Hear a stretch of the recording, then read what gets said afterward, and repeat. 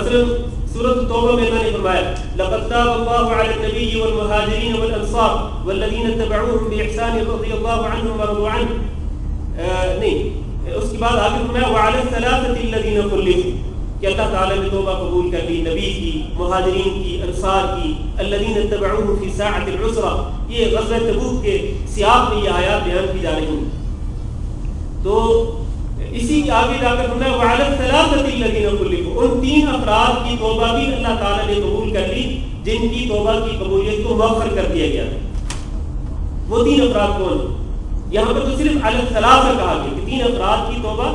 قبول کر لی گئی جن کی توبہ کو لیٹ کر دیا گیا تھا۔ جب تک نبی کریم صلی اللہ علیہ وسلم کی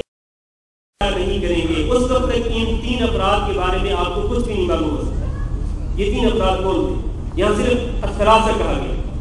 تو اس طرح بہت سارے احکامات ہیں، بہت ساری چیزیں ہیں قرآن مجید میں جو مجمل بیان کی گئی،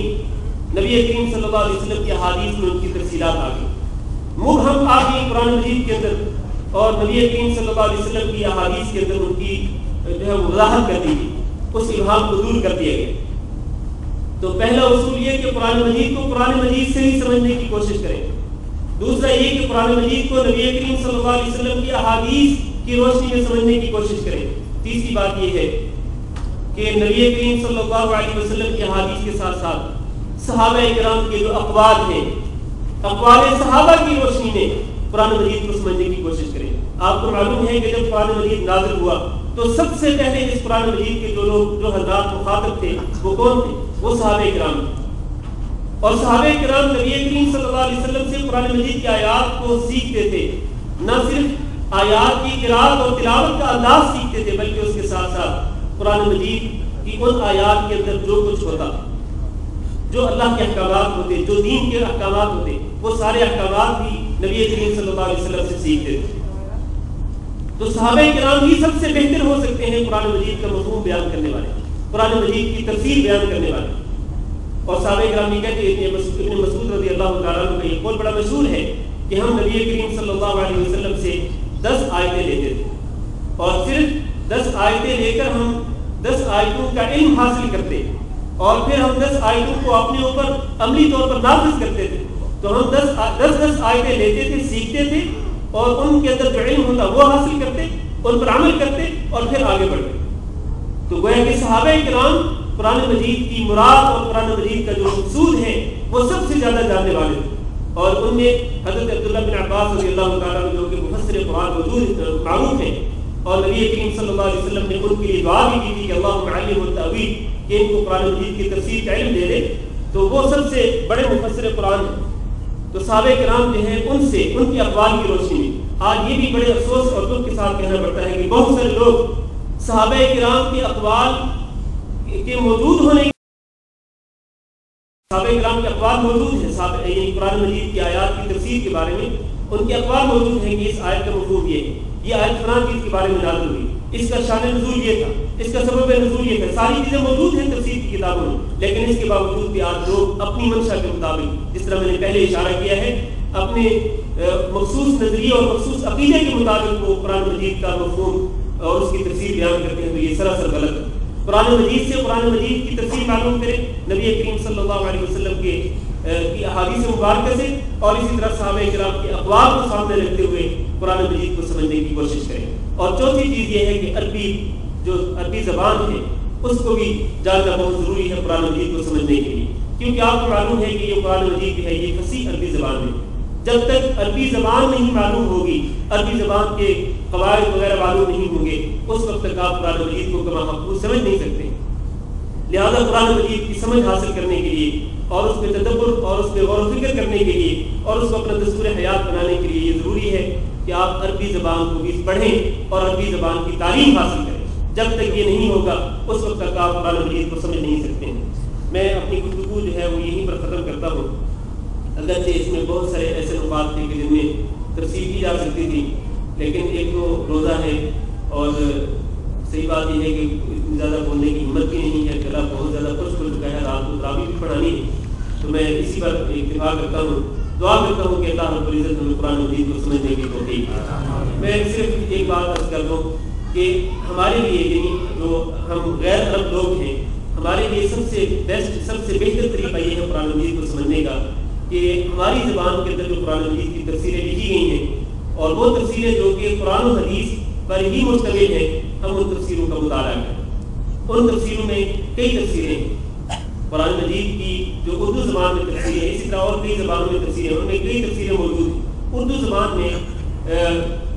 جو سب سے اچھی تفسیریں ہیں ان میں تفسیر ابن کثیر اصل تو عربی میں ہے لیکن اس کا اردو ترجمہ بھی موجود ہے۔ ابن کثیر رحمہ اللہ جو ہے انہوں نے قرآن مجید کی تفسیر قرآن مجید کے ساتھ اور نبی کریم صلی اللہ علیہ وسلم کی احادیث کے ساتھ اور صحابہ کرام کے جو صحیح ترین اقوال ہیں ان اقوال کے ساتھ قرآن مجید کی تفسیر کی۔ آج یہ 4 جلدوں میں اردو زبان میں موجود ہے، اس کو پڑھیں، اس پہ غور و فکر کریں، اس طرح قرآن مجید کو سمجھ سکتے ہیں۔ اسی طرح مولانا عبد الرحمن کیلانی صاحب کی کتاب ہے 4 جلدوں میں تفسیر القرآن کے نام سے، بہت اچھی کتاب ہے اور اس میں جدید مسائل بھی موجود ہیں۔ محترم جناب ڈاکٹر محمد لقمان صفی صاحب کی کتاب ہے وہ بھی بہت اچھی ہے، تفسیر احسن البیان ہے۔ تو یہ جو چند تفسیریں جن کا میں نے نام لیا ہے اور جن کا میں نام نہیں لے سکا وہ وقت کی قلت کے پیش نظر، ان تفسیروں میں سے کوئی 1-2 تفسیریں اپنے سامنے رکھیں، گھر میں رکھیں، خود بھی ان تفسیروں کا مطالعہ کریں، آیات کا ترجمہ پڑھیں، آیات کی تفسیر دیکھیں۔ اس طرح آپ اللہ رب العزت کی جو مراد ہے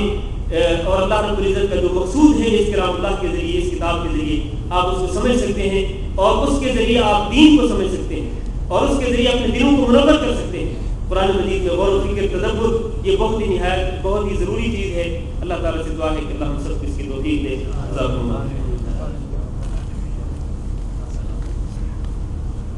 جزاک اللہ خیراً۔ محترم دوستو، ابھی آپ ہمارے رفیق محترم جناب ڈاکٹر حافظ محمد صاحب اللہ کا خطاب فرما رہے تھے۔ قرآن فہمی کے اصول، اللہ تعالیٰ آپ کو زیادہ خیر عطا فرمائے۔ مختصر وقت میں آپ نے بڑا جامع خطاب کیا۔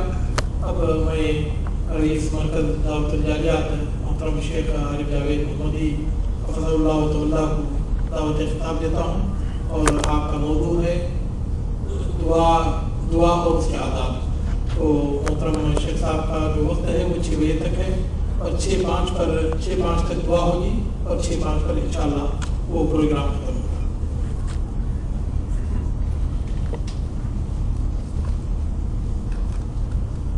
السلام علیکم ورحمۃ اللہ وبرکاتہ۔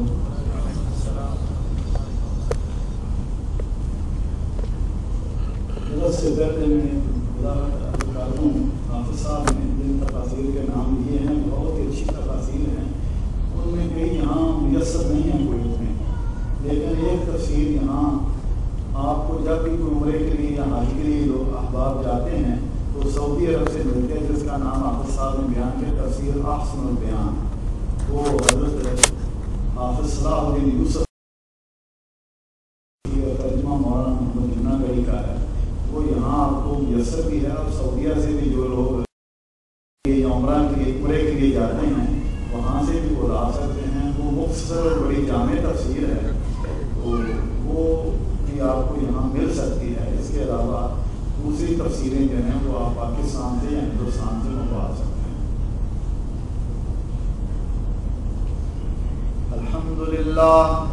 الحمدللہ وسلام علی عبادہ الذین اصطفى، اشہد ان لا الہ الا اللہ وحدہ لا شریک لہ واشہد ان محمدا عبدہ ورسولہ۔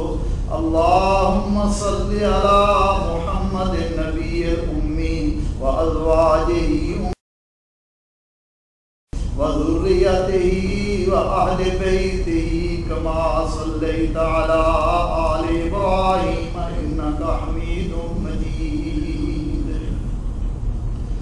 اعوذ باللہ السمیع العلیم من الشیطان الرجیم من حمزہ ونفخہ ونفثہ، بسم اللہ الرحمن الرحیم۔ وَإِذَا سَأَلَكَ عِبَادِي عَنِّي فَإِنِّي قَرِيبٌ أُجِيبُ دَعْوَةَ الدَّاعِ إِذَا دَعَانِ فَلْيَسْتَجِيبُوا لِي وَلْيُؤْمِنُوا بِي لَعَلَّهُمْ يَرْشُدُونَ۔ وقال تعالى وقال ربكم ادعوني استجب لكم